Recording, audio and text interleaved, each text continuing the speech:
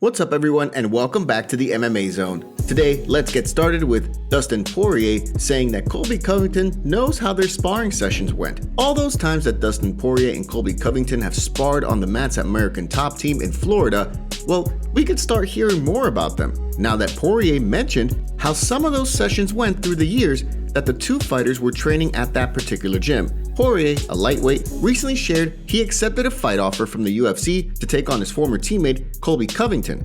Chaos has been calling out Poirier for a while and has been trashing him in interviews and in the media for the better part of a year, making disparaging remarks on his wife and mentioning his children. Well, Poirier had earlier mentioned that he wanted to fight Colby in the street, not the octagon, and that he didn't want Chaos to make a dime off of his name. But with him accepting the fight, it seems as though he's willing to scrap inside the octagon against Colby, a man who fights in a division that is 15 pounds heavier than Poirier's 155 pounds. But what about their sparring history? This is what he told Ariel Helwani about that. And Colby knows what's up. He knows what's happening in the gym. You know, I'm not a scrap and tell kind of guy.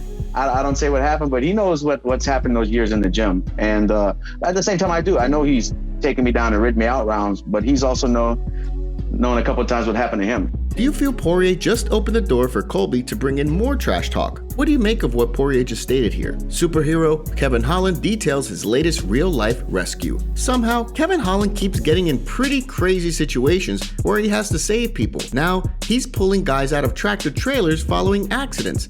This week, he was on the Fighter vs. the Writer podcast to tell the story. He was driving down a highway in his native Texas when he witnessed an 18-wheeler overturn right in front of him, sliding down into a grassy area, luckily out of harm's way. But the driver was still stuck inside. This is what happened next. I pulled the Rego over, I think I put the new brakes on there, hopped out, ran over there, jumped on top, we ripped the door open, got the guy out. Look, check this out. I get the guy out, there's fluids falling out the car and stuff. I get the guy out the truck. I'm like, I'm scared. And I mean, every other time things have happened, I've been like calm, cool, collected. This time I'm scared. I'm like, bro, the truck's gonna blow up.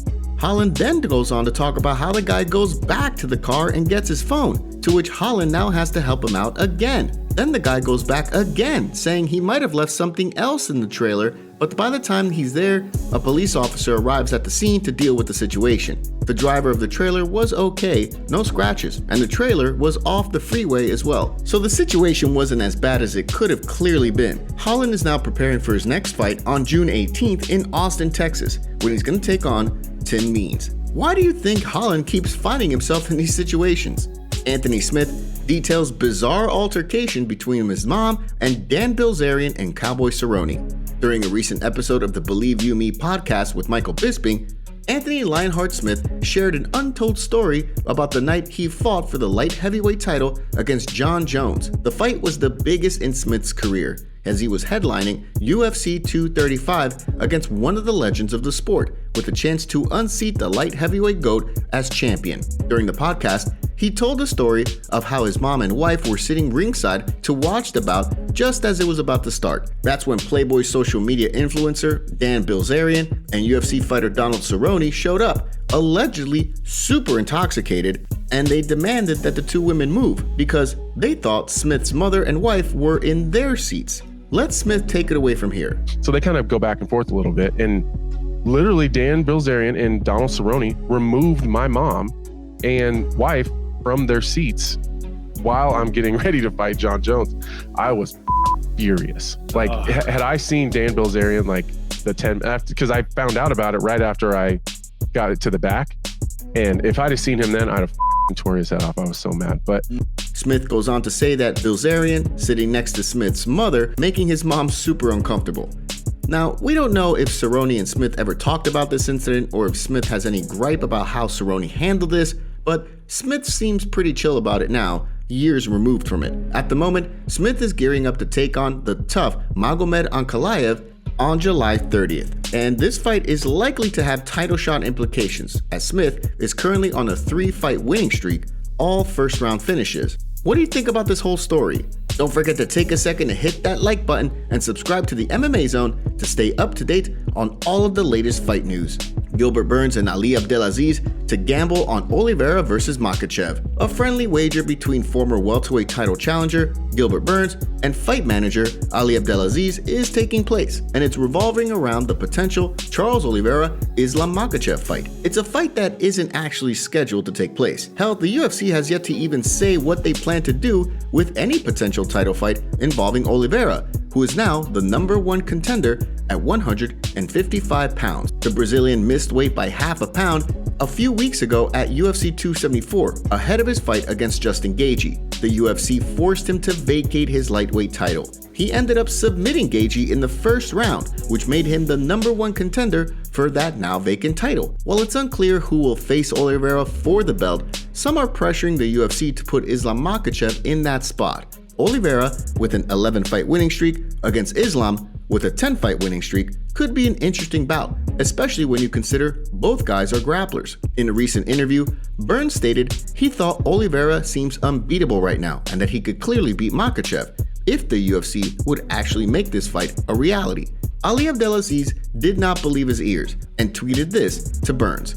"Hey Gilbert Durinho, I just heard your interview about Oliveira can beat Islam. I know you don't believe that, and Beneil would beat Oliveira too," to which Burns responded with a tweet of his own. "Put your money where your mouth is. I got Charles against both. How much, Ali Abdelaziz?" Ali then agreed in another tweet in which he stated, "Done." Islam was set to take on Beneil Dariush later this year in a title elimination bout, seeing that Dariush is on a 7-fight winning streak. But the fact that he's still recovering from an ankle injury means the UFC could just simply tap Islam to fight Oliveira instead, especially with Khabib Nurmagomedov campaigning hard for his friend to enter this fight. What do you think? Do you want to see Islam versus Oliveira for the lightweight belt? And who do you think would win?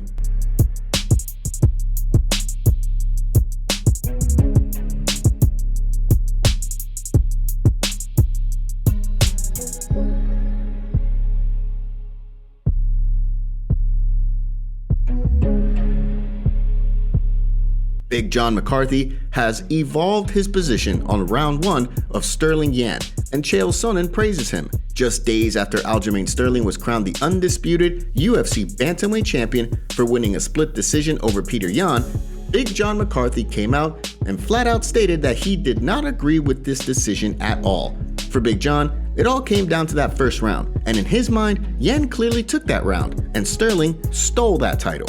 In the days that followed, Sterling called out Big John, calling him names and flat out saying he has no idea how to evaluate fights, just referee them. Well, it's been some time, and it seems like Big John has changed his mind on the fight. The 59-year-old Pioneer MMA referee went back on his weighing in podcast with Josh Thompson recently and shared that not only had he rewatched the fight, but that he believes the first round was, quote, razor close, and sees how Sterling could be declared the winner.